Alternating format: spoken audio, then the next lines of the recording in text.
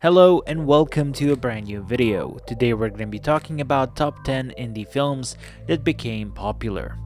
First, let's start off with Billy Elliot. Billy Elliot is a perfect example of a film that would be pretty tough to get greenlit by a studio, but that clearly captivated audiences.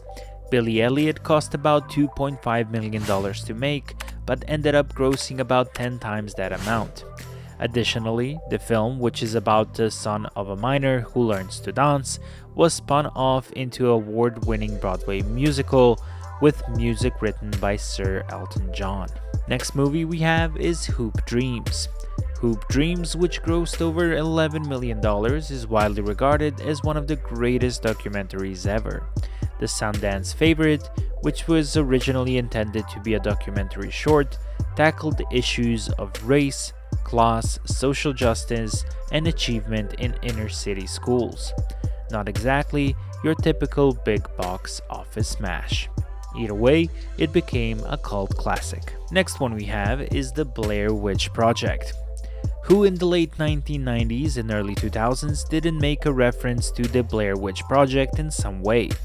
Produced by a tiny 5-person production company owned by the film creators, this horror film became one of the most seen movies of its release year. And while speculation about the actual production costs of the film are not known, even though some people say it was made with $20,000, it's hard to argue with the $248 million it's made, or the huge cultural impact it left. This movie was also uniquely promoted, as the actors who acted in the movie were quoted as missing. And also, with the found footage type of a movie, it is not as expensive to make. Next one we have is Napoleon Dynamite. The lead actor famously only received $1,000 for his role as the titular character in a low-budget Napoleon Dynamite movie. Luckily, after the film got huge, which it did, it grossed about $46 million after it was moved from limited release to major box office saturation.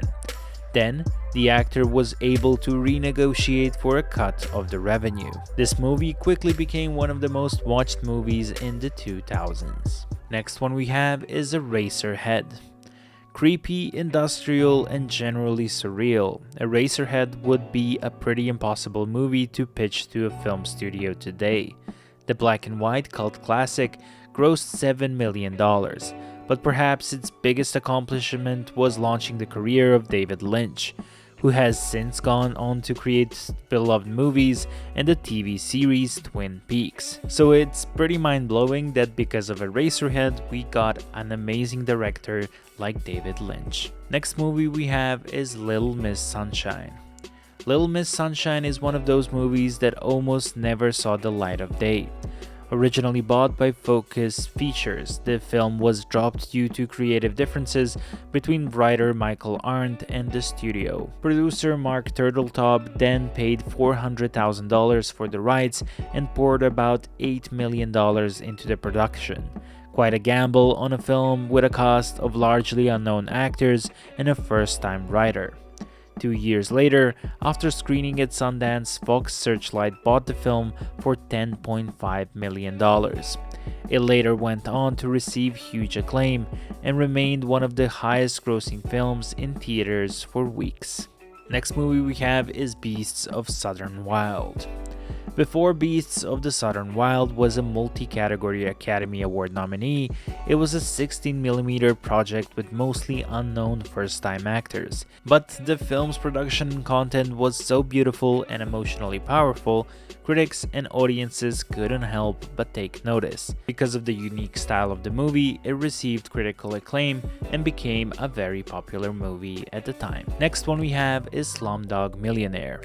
Danny Boyle's eccentric adaptation of Vika Swaroop's novel Q&A garnered widespread critical acclaim and went on to take home Best Picture, Best Director, and Best Adapted Screenplay at the 2009 Academy Awards. The story is about a young man who lives in the slums of India. Living in poverty with not a lot of opportunities, he goes on a game show and tries to win the big prize.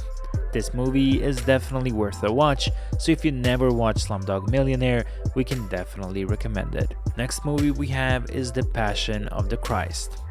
Financed by Mel Gibson himself, without the safety net of a distributor in place, the film went on to become the highest grossing indie of all time and the second highest grossing R-rated film of all time. The Passion of the Christ follows the last 12 hours of Jesus' life, from his emotional turmoil in the Garden of Gethsemane till his final moments of the crucifixion. Creating a movie about the life of Jesus Christ is hard enough, but according to many people, this movie was a success. And for the last movie on our list, we have Pulp Fiction.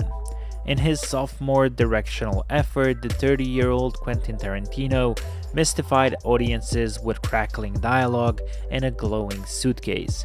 The film would go on to earn the filmmaker his first Academy Award for this awesome movie. Now, what can we say about Pulp Fiction? The title refers to pulp magazines and the hard-boiled crime novels popular during the mid-20th century, known for their graphic violence and a punchy dialogue. This movie became a classic film that everyone should watch once in their lifetime. So that will be it for this video. We hope you guys enjoyed, and until next time, bye bye.